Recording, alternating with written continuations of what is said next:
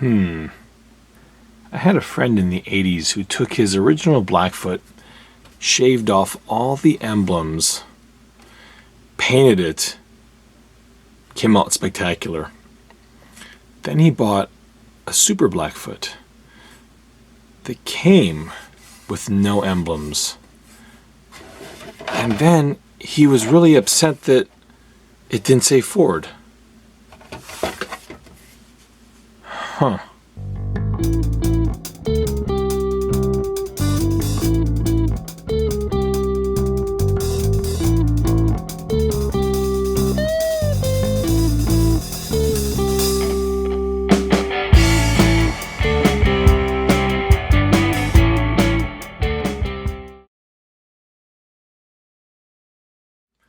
Welcome to another episode from AMPRO Engineering, and today the grass is always greener, or I guess the Ford F-150 is always greener when you don't get emblems. I don't know. Those of you who are familiar with the original Blackfoot, as well as the original SRB Ranger, will recognize that the early vehicles all said F-O-R-D, not only on the tailgate. You also got that script on the hood, and on the front fenders you also had this custom F150 logo. With the introduction of the Super Blackfoot, the tailgate was bare, the front fender was bare, and of course the hood smooth as could be. The same is true, unfortunately, for the Blackfoot 3, as well as the brand new re-release of the original Blackfoot. Maybe, I guess, Ford lost pulled their licensing from Tamiya. I mean, I know Tamiya sells model kits that say Ford. Why this happened to cars like the Blackfoot, the Clodbuster, we'll never know. Unless a press release comes out. At this point here, what we get is this. Much like the front grille that is currently available right now, we do get this horizontal bar grille. I'm very pleased to say that there is a video of the installation of the early style grille that you can purchase from AMPRO Engineering at Shapeways to get the earlier look. But I also completely forgot to show you that you can get emblems. So the irony here is I've had these emblems for years. Here we can see that we have our front emblem that spells out F-O-R-D. And if we compare this to the original, we can see that the spacing, the font, the letter height, it's all identical. So the way that this would work is you would take these emblems, take your bare body here. Now at this point you'd have a primered shell or you'd have a bare plastic shell. You want to install these prior to painting the body. What you would do here is place the emblems with a bit of glue at the rear. This horizontal bar is disposable. It's simply a sprue so that your spacing stays consistent. And what you're going to want to do here is take a ruler and simply draw a line to make sure that you are in fact going to place the emblem horizontally.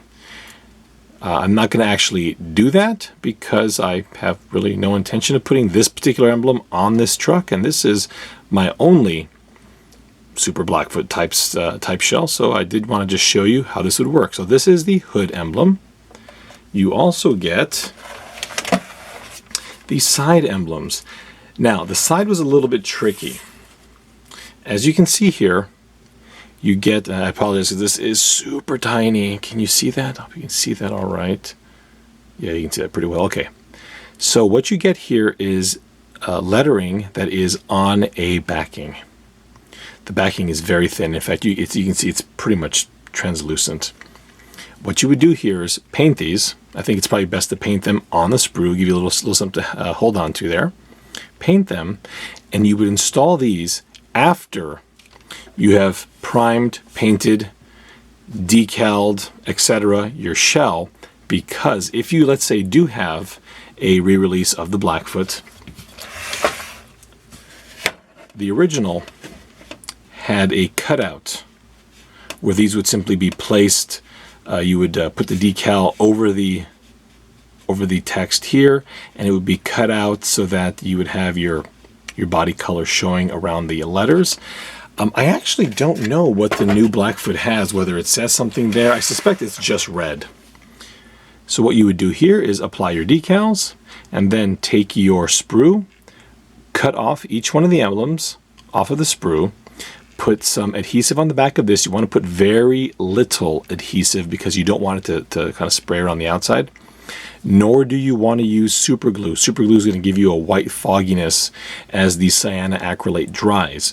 A very high quality model glue is advised. So you would simply place the custom emblem there. You would snap off the 150 and place it beneath it, and you would get a really nice looking text. You know, commonly, I don't know if the early F150s actually had individual letters. I'm talking about the real trucks. I know I've seen later ones that this was embossed on chrome, so it's possible that it is an earlier truck. If you do want this to actually be body color, you know, obviously paint the thing body color. Once it's all dry, you would take a chrome pen and very carefully just kind of brush it along the top. The height of these letters is significantly higher than the height of the original letters here. So it would make painting these up very, very easy in comparison to the originals. Now the last is the rear. This is a very, very easy one to place. Here is our rear emblem. And as you can see, as we compare it to the original, I'm going to put it right over it. And I mean, it's absolutely identical. I went to very, very great lengths to make sure that the each individual letter was exactly as it was in the original.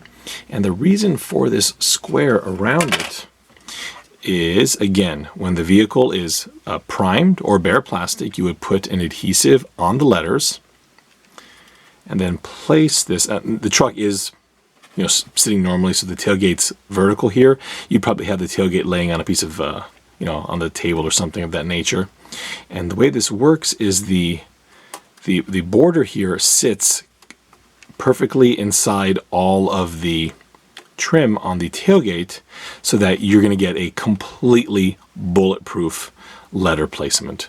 And of course, once it's dry, primer over it, do a nice light color sand, paint, and you are ready to go. These are not nylon. This is a very highly detailed, if I can kind of see the gloss here. Here you go. It's a very highly detailed plastic. It is brittle. Okay, so, you know, these there is some flexibility to the sprue when it's, you know, when it's all put together. Don't go crazy trying to flex this because it will break. These are not designed to be flexible. They're designed to be very detailed.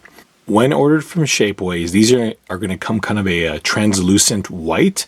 There is no option for these emblems. This is the only option that you're going to have. And the reason for that is these are incredibly thin. Okay, you're looking at just under 1 millimeter of thickness for each letter. In fact, I think they're around 0.5 millimeters.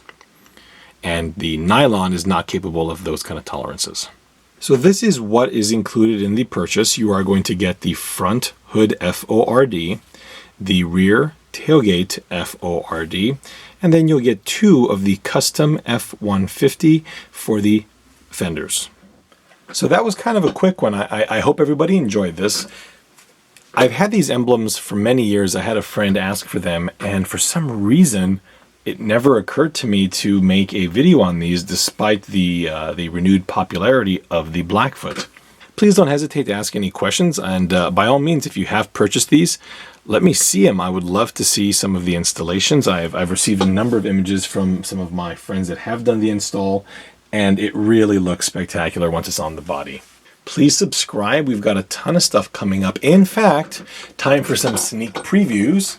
So here's a product that I just finished. In fact, what I'm about to show you is the prototype that I installed. Here we have the CW1 lower rear shock mount. This will install onto the transmission in a similar fashion as the Rising Fighter one that I created, as well as the factory Tamiya Super Hornet that came out with that car. It's a really nice installation. There's zero modification. I'm always a big fan of no modification, no modification. And this is right along those lines. You can see here that they are designed for the stock 80mm shock absorbers. It is, it's got a through hole up top here, threaded in place, and there we have it. We have a new rear suspension for the pumpkin. So as soon as my nylon ones come in, we'll take old pumpkin over here jumping. That is not the only thing I have coming up. Here we have what is effectively left of a Grasshopper 2 / Super Hornet / Rising Fighter. Here is our factory suspension. It is utterly trash. And here is what is coming up. This is a double Wishbone front suspension kit for all three of those aforementioned cars. Again, zero modification. We have, from the bottom, you can see that this is the original.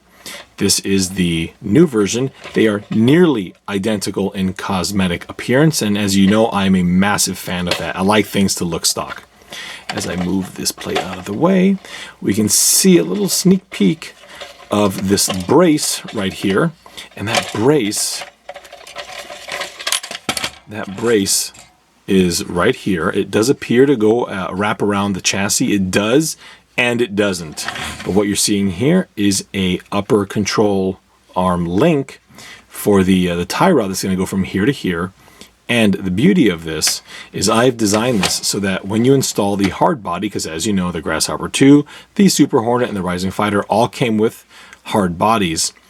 This requires zero, I'm going to make it a little zero modification to your bodies. Zero mods to the chassis. Zero mods to the body. No modification whatsoever. Lastly, we have a World Engines Rockbuster. There are no modifications to this, but I figured this looked way better than all the prototype and junk stuff I just showed you. So we'll end on a nice shiny note. Thank you so much for watching. Please subscribe, and I also have a Facebook and an Instagram page, so the links to those are at the end of this video. You can also follow me on Shapeways, and Shapeways is where you can purchase all of these products that I did show. Before you take off, please take a look at the band Blue Pinto. They are the ones that supply all the audio for these videos. Fantastic group. Thank you again so much for watching, and we will see you next time.